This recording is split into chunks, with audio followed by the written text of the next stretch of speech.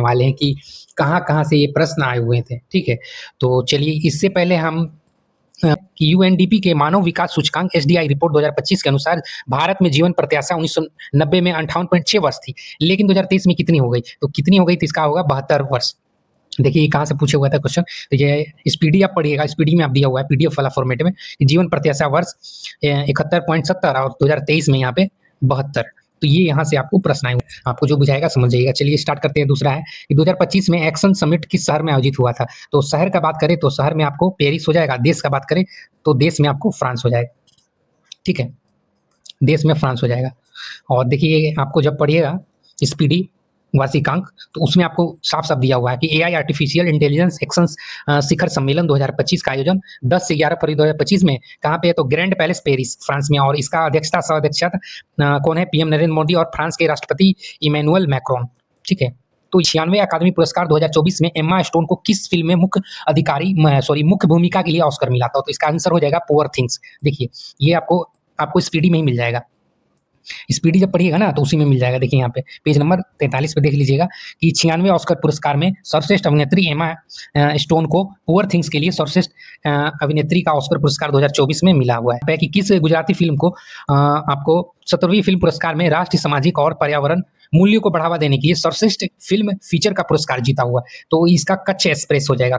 Kutch express को आपको मिला हुआ था। देखिए यहाँ पे है कि 17वीं फिल्म पुरस्कार में कच्छ एक्सप्रेस गुजराती ने राष्ट्रीय सामाजिक और पर्यावरण मूल्यों को बढ़ावा देने वाली सर्वश्रेष्ठ फीचर फिल्म का पुरस्कार जीता। तो यहाँ से ये आया हुआ था।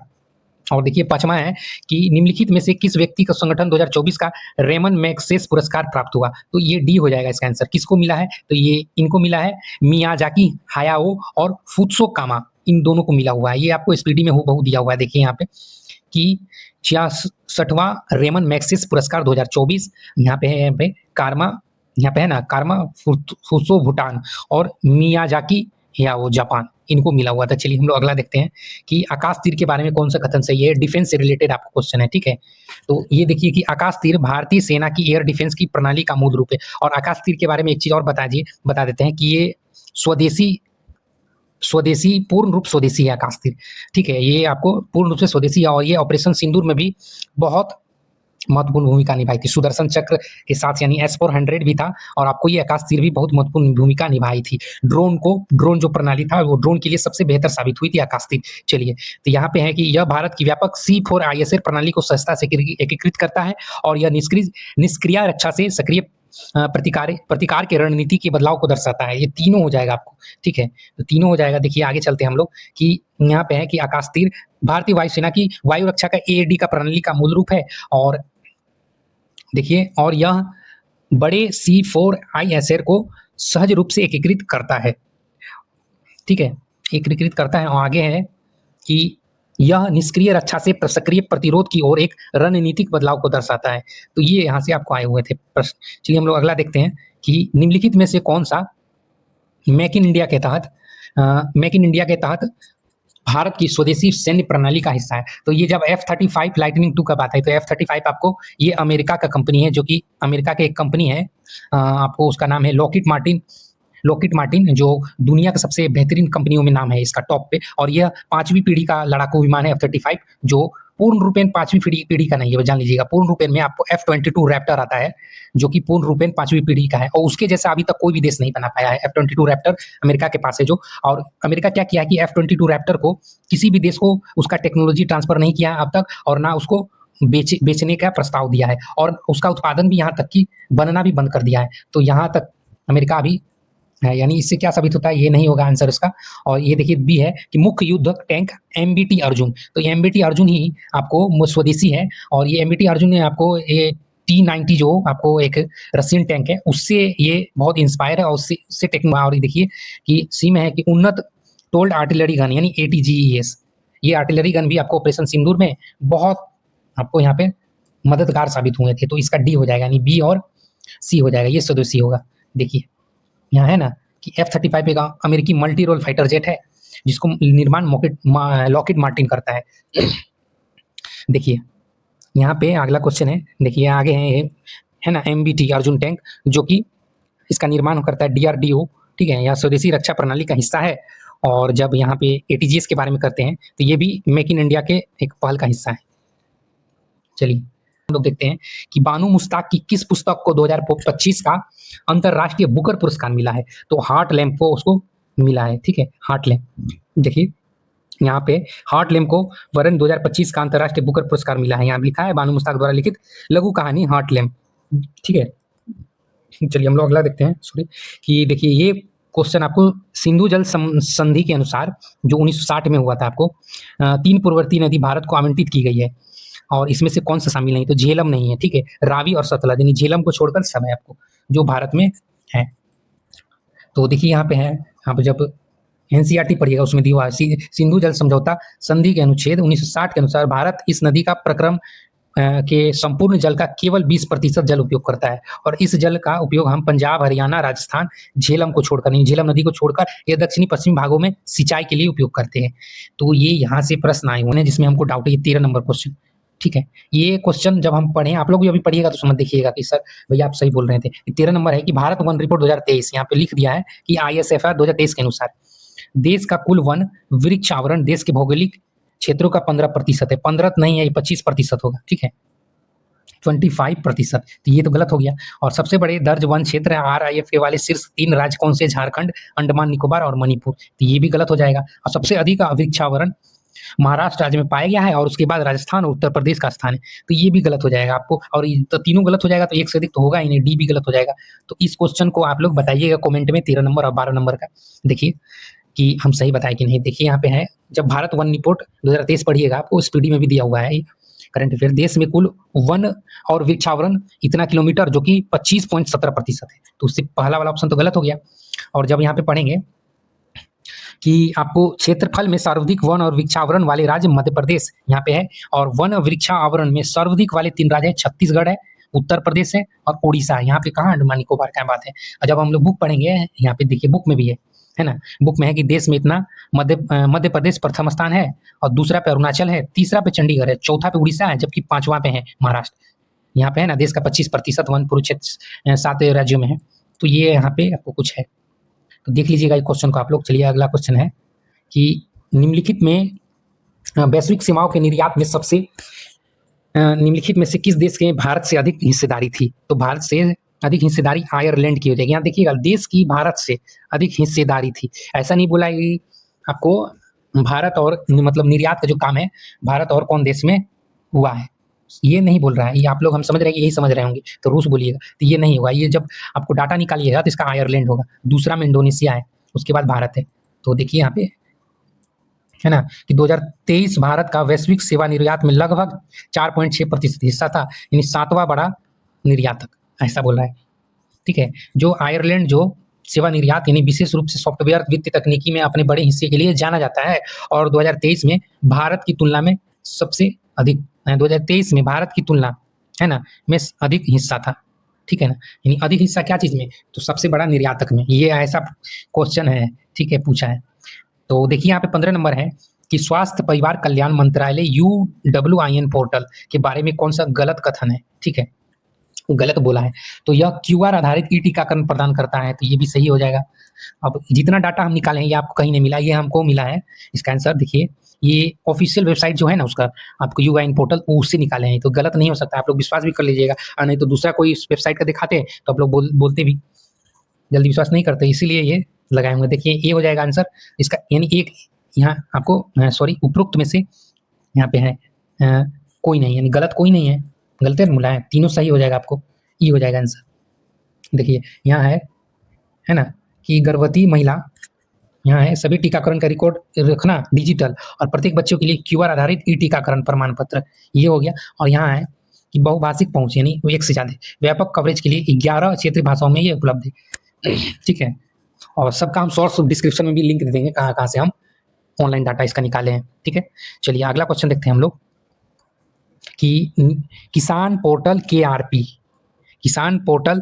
KRP के शुभारंभ से पहले निम्नलिखित में किसान ब्याज अनुदान और शीघ्र पुनर्भुगतान प्रोत्साहन योजनाओं के लिए तहत मैनुअल दावे निम्नलिखित में से किस संस्था को प्रस्तुत किए थे, निम्नलिखित में से किस संस्था को प्रस्तुत करते थे, है ना। तो ये भारतीय रिजर्व बैंक और नाबार्ड हो जाएगा इसका आंसर, ठीक है।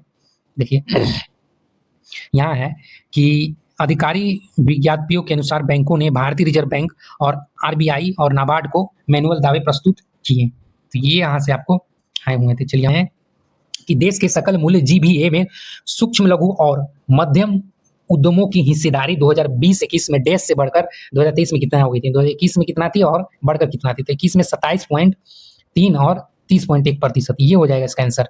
ठीक है, और देखिए यहाँ पे है कि सांख्यिकी और कार्यक्रम मंत्रालय इतना है, जो सकल घरेलू उत्पाद यानी ग्रोस डेवलपमेंट जीडीपी में एमएसएमई सकल मूल्य वर्धित यानी जीवीए की हिस्सेदारी 2020-21 में 27 थी और 23 में बढ़कर 30.1 हो गई। ये यहाँ से आपको आए हुए थे। चलिए अगला हम लोग देखते हैं।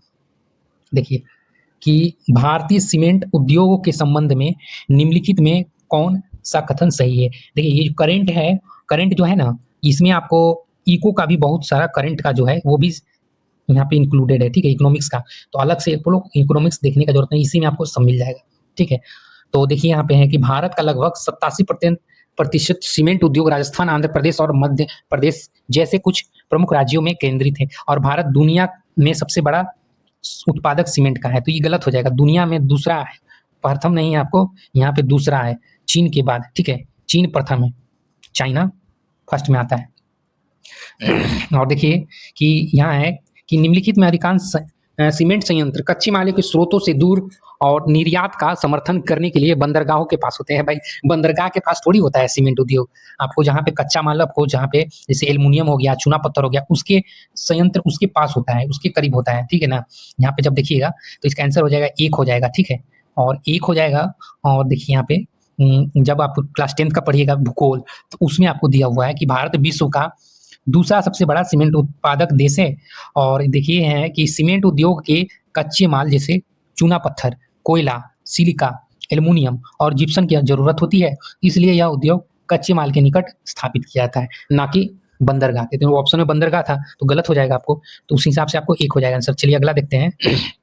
देखिए इस क्वेश्चन का आपको ये जो 26 नंबर क्वेश्चन है ना, इसका आपको स्पीडी में मिल जाए। स्पीडी में ये स्पीडी से पूछा हुआ था, करंट अफेयर जो स्पीडी का आता है वार्षिकांक, उसमें ये दिया हुआ है। देखिए कि बिहार के मिशन दक्ष का प्राथमिक उद्देश्य, तो इसका हो जाएगा आपको सी हो जाएगा, है ना, ये सी हो जाएगा। देखिए यहाँ है ना, 1 मिनट जूम कर लेते हैं। देखिए बिहार राज्य और मिशन दक्ष, और उसका यहाँ है कि 1 दिसंबर 2023 को बिहार राज्य शिक्षा विभाग ने प्राथमिक विद्यालयों के शिक्षण के रूप में कमजोर लगभग 25 लाख विद्यार्थियों को सलाह देने के लिए मिशन दक्ष लॉन्च किया। ठीक है, तो ये यहाँ से प्रश्न आए हुए थे। चलिए अगला हम लोग देखते हैं। देखिए कि बिहार स्टार्टअप 2022 के युवा ढांचे के तहत निम्नलिखित में से कौन सा घटक नहीं है। तो युवा ढांचे के लिए आपको ये नहीं है, अंतरराष्ट्रीय बाजार विस्तार योजनाएं, बाकी बात समर्थन के निर्यात शिक्षा प्रणाली, और ये बी, और ये हो जाएगा आपको आंसर। देखिए ये 30 नंबर है कि 2024 PLAF 2023-24 के अनुसार निम्नलिखित में से कौन सा कथन बिहार के महिलाओं के बीच रोजगार की प्रकृति का सबसे अच्छा उदाहरण है। तो इसका आंसर हो जाएगा आपको ये बी। ठीक है, बी हो जाएगा। देखिए यहाँ है कि 2023-24 में भारत में स्वरोजगार वाली महिलाओं की हिस्सेदारी लगभग 67% तक बढ़ गई थी, और स्वरोजगार में स्वलेखन कार्य या घरेलू यानी खुद का जो कार्य जो कर रही है बिजनेस, उसमें उद्यमों में सहायता करना और वेतनभोगी या अवैतनिक शामिल है। ये हो जाएगा आपको आंसर। अब देखिए यहाँ पे है बिहार करंट है कि कोसी मोची लिंक परियोजना बिहार के कौन से जिलों को लाभ पहुंचाता है। तो ये आपको अररिया, पूर्णिया और कटिहार, किशनगंज, ये हो जाएगा आंसर। बिहार के अररिया, पूर्णिया और किशनगंज, कटिहार जिला को खरीफ मौसम के दौरान इतना हेक्टेयर के अतिरिक्त सिंचाई सुविधा प्रदान करेगी। यहाँ पे उद्देशिका में दिया हुआ। चलिए अगला देखते हैं कि किन भारतीय भाषाओं को शास्त्रीय भाषाओं का दर्जा प्राप्त है। तो तेलुगु, मराठी, बंगाली तीनों हो जाएगा आपको। यहाँ हाल ही में करंट का क्वेश्चन था, डी हो जाएगा। देखिए प्रूफ यहाँ पे दिखाते हैं आपको कि है ना, कि केंद्रीय मंत्री शिक्षा मंत्री धर्मेंद्र प्रधान ने, आप देखिए कि ऑफिशियल वेबसाइट से हम निकाले, यहाँ देख लीजिए साइट में है ना, कि आजादी का अमृत महोत्सव शिक्षा मंत्रालय का वेबसाइट है, उससे आपको लिया हुआ है कि वर्गीकृत शास्त्रीय भाषाओं में प्राकृतिक, पाली, मराठी, बंगला और असमानिया के विद्वान पहले थे। और इस अवसर पर यहाँ पे है देखिएगा कि है ना, तेलुगु, ये सब टोटल भाषा दिया हुआ था। यहाँ से ये प्रश्न आए हुए थे कि अभ्यारण्य स्थल को महत्वपूर्ण पक्षी और जैव विविधता यानी IBA के रूप में किस संगठन ने मान्यता दी है। तो इसका हो जाएगा आपको वर्ल्ड लाइफ इंटरनेशनल ने। ठीक है, देखिए ये हम नोट्स बनाए हैं करंट का, उसमें से ये मिला था एक। अगर आपको नोट्स चाहिएगा तो यहाँ पे कमेंट करके बता दीजिएगा, हम नोट्स भी प्रोवाइड करा देंगे आप लोग को, ठीक है। चलिए यहाँ पे है कि यहाँ पे देखिए नागी पक्षी परिदृश्य है, और यहाँ पे नागी पक्षी अभ्यारण्य झारखंड, झारखंड की सीमा के पास दक्षिणी बिहार यानी झाझा जम्मू जिले में स्थित है, यहाँ है ना। और 2004 में डैम पक्षी अभ्यारण्य, नागी डैम पक्षी अभ्यारण्य को वर्ल्ड लाइफ इंटरनेशनल द्वारा एक महत्वपूर्ण पक्षी क्षेत्र IAB घोषित किया गया था। तो ये यहाँ से प्रश्न आए हुए थे, ठीक है। चलिए हम लोग देखते हैं अगला कि राष्ट्रीय पंचायती दिवस 2025 का आयोजन कहाँ किया गया था। तो ये आपको बिहार में, आपको मधुबनी में किया गया था, ठीक है, मधुबनी में। चलिए यहाँ पे है देखिए लूनर, यहाँ पे ना लूनर ट्रेल ब्लेजर मिशन का मुख्य उद्देश्य, ये लूनर आपको ये नासा जो है उससे संबंधित है, नासा का ये प्रोजेक्ट है। आपको इसका काम है जो भेजा है, इसका काम है कि चंद्रमा की सतह पर जल का पता लगाना और उसका मानचित्रण यानी तस्वीर भेजना, ये होगा। और ये तो नहीं, ये आपको नहीं होगा ना, ये होगा। चलिए इसका आंसर देखिए, है ना, कि यहाँ पे कि नासा के लूनर ट्रांसपोर्टर ऑर्बिटर को सेकेंडरी पेलोड के रूप में लॉन्च किया गया था, और प्राथमिक उद्देश्य यहाँ पे है कि यहाँ पे चंद्रमा पर रुकना और जल की खोज के लिए सतह के नीचे खुदाई करना, ये सब आपको है। कि आपको 143 में है देखिए कि 16वीं सदी की बावड़ी का नाम क्या है। बावड़ी का नाम बोल रहा है जिसको हाल ही में ASI ने वर्ल्ड मेन्यूटेंस फंड इंडिया के सहयोग से संरक्षित किया है। तो इसका आंसर हो जाएगा राजा की बावली। यहाँ पे देखिए ये आपको दिया हुआ है सारांश स्थिति जानकारी, और यहाँ पे देखिए कि ASI द्वारा, है ना, ASI यानी भारतीय पुरातत्व सर्वेक्षण द्वारा 16वीं सदी की बावली का संरक्षण किया गया, और परियोजना का नाम देखिए राजौन की बावली का संरक्षण ASI द्वारा, है ना। स्थान तो दिल्ली की महरौली में। चलिए हम लोग अगला देखते हैं कि न्यूयॉर्क सिटी के उस मेयर का नाम बताएं जिसने 14 अप्रैल 2025 को DVR अम्बेडकर दिवस घोषित किया था। तो इसका नाम होगा आपको एरिक एडसन, ठीक है। तो एरिक एडसन ने आपको डॉक्टर भीमराव अम्बेडकर दिवस मनाने के लिए कहा था। यहाँ देखिए कि है कि एक ऐतिहासिक कदम है ना, यहाँ पे न्यूयॉर्क शहर में 14 अप्रैल को प्रतिवर्ष मनाया जाएगा डॉक्टर भीमराव अम्बेडकर दिवस। मेयर एरिक एडसन ने भारतीय प्रतीकों की विरासतों की प्रशंसा की। तो ये यहाँ से आपको आए हुए थे, ये BBC का कटिंग हम लगाए हुए हैं, BBC का जो ऑफिशियल है वो वहाँ पे उसके साइट से निकाले थे। क्वेश्चन देखते हैं कि इसरो के GSLV-5 का मिशन के बारे में कौन सा कथन सही है। तो ये आपको B और C D नहीं होगा, इसका आंसर हो जाएगा ये कि NSB 2002 उपग्रह को ये ले गया था, NVS-02 उपग्रह को साथ में ले गया था।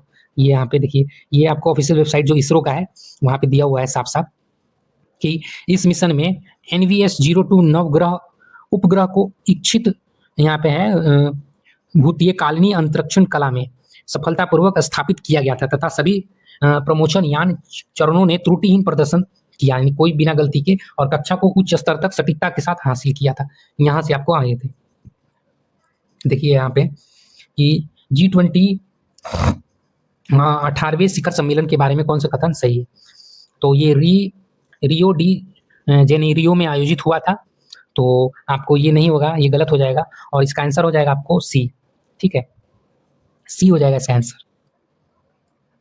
देखिए अगला क्वेश्चन हम लोग देखते हैं, लास्ट क्वेश्चन है ये पॉलिटी का सॉरी, ये करंट का है, लास्ट क्वेश्चन है। तो साथियों वीडियो यहाँ तक अच्छी लगी तो वीडियो को लाइक कीजिएगा, चैनल को सब्सक्राइब कर लीजिएगा, और बेल आइकन प्रेस कर दीजिएगा दोस्तों। आप वीडियो को शेयर जरूर कीजिएगा। चलिए लास्ट क्वेश्चन है कि निम्नलिखित में से नेपाल के कौन सा ग्लेशियर को मई 2025 में मृत घोषित कर दिया गया। तो इसका आंसर हो जाएगा आपको याला ग्लेशियर को, ठीक है, याला ग्लेशियर। यहाँ साफ साफ आपको देखिए दिया हुआ है कि याला ग्लेशियर कहाँ पे है, तो हिंदूकुश हिमालय यानी कि क्षेत्र के भीतर नेपाल के लांगटांग घाटी में स्थित याला ग्लेशियर नेपाल का पहला ग्लेशियर है जिसे मृत घोषित कर दिया गया है, ठीक है।